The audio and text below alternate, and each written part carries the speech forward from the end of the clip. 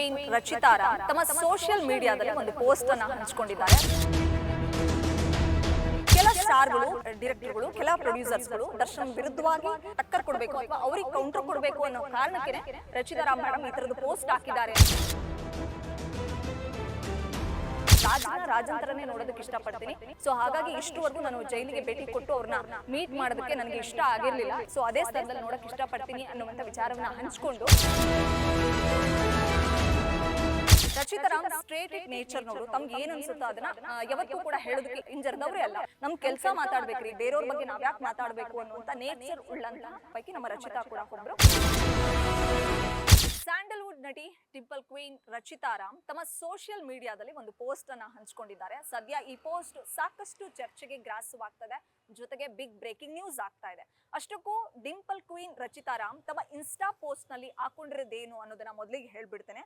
Fake people have an image to maintain, real people just don't care. ಈ ತರ post ಅನ್ನ ರಚ್ಚು ಹಾಕೊಂಡಿದ್ ಯಾಕೆ? ಯಾರಿಗಾದ್ರೂ ಟಾಂಗ್ ಕೊಟ್ರ ಅಥವಾ ಯಾರನ್ನ ಸಮರ್ಥನೆ ಮಾಡ್ಕೊಳಕ್ ಹೊರಟಿದ್ದಾರೆ? ಈ ತರದ ಕುತೂಹಲದ ಪ್ರಶ್ನೆಗಳು ಉಟ್ಕೊಳ್ಳೋದು ಸಹಜ.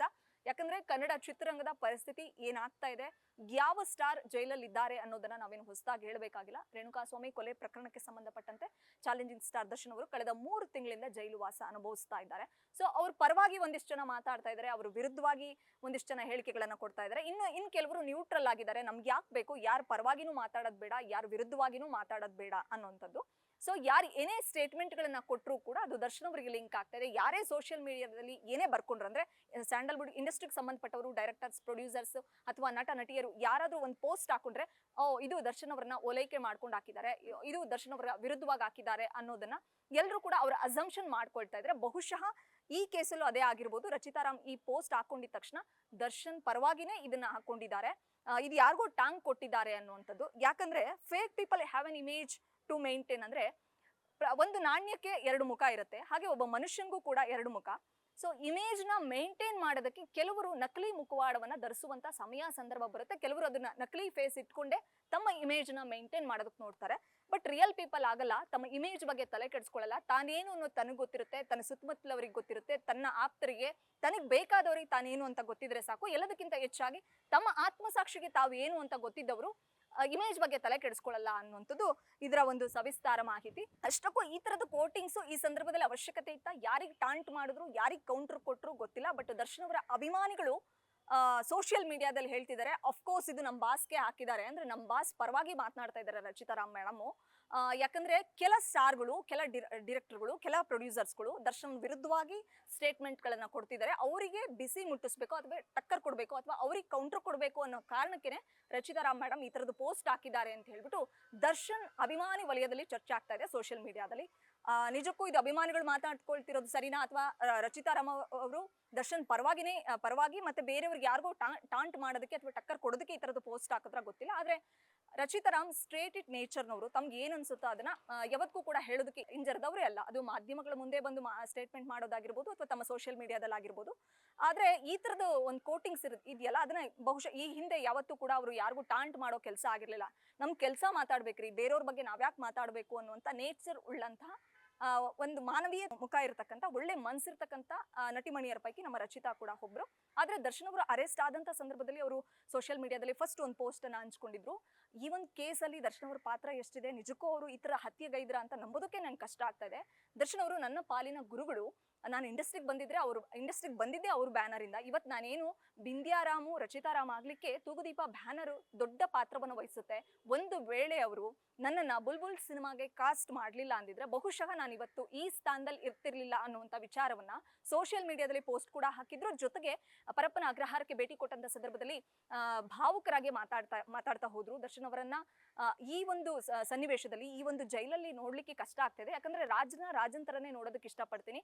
ಸೊ ಹಾಗಾಗಿ ಇಷ್ಟುವರೆಗೂ ನಾನು ಜೈಲಿಗೆ ಭೇಟಿ ಕೊಟ್ಟು ಅವ್ರನ್ನ ಮೀಟ್ ಮಾಡೋದಕ್ಕೆ ನನಗೆ ಇಷ್ಟ ಆಗಿರ್ಲಿಲ್ಲ. ಯಾಕಂದ್ರೆ ಅವ್ರನ್ನ ರಾಜನ್ ಸ್ಥಾನದಲ್ಲಿ ನಾನು ನೋಡಿದ್ದೆ. ಸೊ ಅದೇ ಸ್ಥಾನದಲ್ಲಿ ನೋಡಕ್ ಇಷ್ಟಪಡ್ತೀನಿ ಅನ್ನುವಂಥ ವಿಚಾರವನ್ನ ಹಂಚ್ಕೊಂಡು ಸೊ ಒಳಗಡೆ ಹೋದಾಗ ಅವರ ಆರೋಗ್ಯದ ಬಗ್ಗೆ ವಿಚಾರಿಸ್ತೆ ಅವರು well and good, health fine ಆಗಿದ್ದಾರೆ. ಸೊ ನನಗೆ ಅವರು ಧೈರ್ಯ ತುಂಬಿದ್ರು, ಏನೂ ಆಗಲ್ಲ, ಸತ್ಯ ಯಾವತ್ತಿದ್ರು ಹೊರಗಡೆ ಬರಬೇಕು, ಕಾನೂನಿದೆ ನೋಡ್ಕೊಳ್ಳುತ್ತೆ. ಸೊ ನಾನು ಆದಷ್ಟು ಬೇಗ ಹೊರಗಡೆ ಬರ್ತೀನಿ, ನೀವು ತಲೆ ಕೆಡಿಸ್ಕೊಳ್ಬೇಡಿ ಅಂತ ನನಗೆ ಧೈರ್ಯ ತುಂಬಿ ಕಳಿಸಿದ್ರು.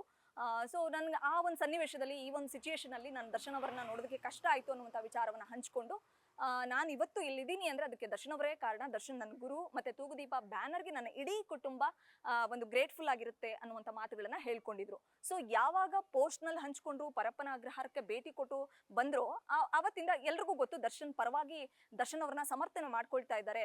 ಸಮರ್ಥನೆ ಮಾಡಿಕೊಳ್ಳುವ ನಟಿಮಣಿಯರ ಪೈಕಿ ರಚಿತಾ ರಾಮ್ ಕೂಡ ಒಬ್ರು ಅನ್ನುವಂಥದ್ದು. ಸೊ ಹೀಗಾಗಿ ಇವತ್ತು ಪೋಸ್ಟ್ ಏನ್ ಹಾಕಿದ್ದಾರೆ, ಫೇಕ್ ಪೀಪಲ್ ಮತ್ತೆ ರಿಯಲ್ ಪೀಪಲ್ ಅಂತ. ಯಾರು ಹಾಗಾದ್ರೆ ಫೇಕ್ ಪೀಪಲ್ ಯಾರು? ನಮ್ಮ ಇಂಡಸ್ಟ್ರಿಯವರ, ಅಥವಾ ಯಾವ ನಟನಿಗೆ, ಯಾವ ನಿರ್ದೇಶಕನಿಗೆ, ಯಾವ ನಿರ್ಮಾಪಕರಿಗೆ ಈ ತರದ್ದು ಒಂದು ಟಾಂಟ್ ಮಾಡುವಂತ ಕೆಲಸ ಆಯ್ತು? ನಿಜವಾಗ್ಲೂ ಟಕ್ಕರ್ ಕೊಡಬೇಕು ಅಂತಾನೆ ನೀವೇ ಫೇಕು, ನೀವೇ ರಿಯಲ್ ಅಲ್ಲ, ಸೊ ಯಾಕೆ ಇನ್ನೊಬ್ಬ ವ್ಯಕ್ತಿ ಬಗ್ಗೆ ಮಾತಾಡ್ತೀರಾ ಅಂತ ಯಾರಿಗಾದ್ರೂ ಟಕ್ಕರ್ ಕೊಡಬೇಕು, ಕೌಂಟರ್ ಕೊಡಬೇಕು ಅಂತಾನೆ ಈ ತರದೊಂದು ಪೋಸ್ಟ್ ಅನ್ನ ಹಂಚ್ಕೊಂಡ್ರ ಗೊತ್ತಿಲ್ಲ. ಬಟ್ ಸಾಕಷ್ಟು ಸೆನ್ಸೇಷನ್ ಕ್ರಿಯೇಟ್ ಮಾಡ್ತಾ ಇದೆ. ಸೊ ದರ್ಶನ್ ಅವರು ಅಂದ್ರೆ ಈ ಒಂದು ಕೊಲೆ ಪ್ರಕರಣದಲ್ಲಿ ಸಿಲುಕಿ ಅವ್ರ ಅರೆಸ್ಟ್ ಆದ್ಮೇಲೆ ಬೇರೆ ಬೇರೆ ಒಪಿನಿಯನ್ಸ್ ಬರ್ತಾ ಇದೆ.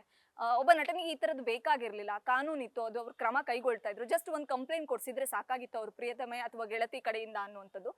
ಸೊ ಅವ್ರ ಕಾನೂನನ್ನ ಕೈಗೆತ್ಕೊಂಡು ಈಗ ಅವರು ಏನು ಕಳೆದ 30 ವರ್ಷಗಳ ಜನರು, ಹೆಚ್ಚು ಕಮ್ಮಿ ಕನ್ನಡ ಚಿತ್ರರಂಗಕ್ಕೆ ಅವರು 30 ವರ್ಷ, 27 ವರ್ಷ ಆಯ್ತು.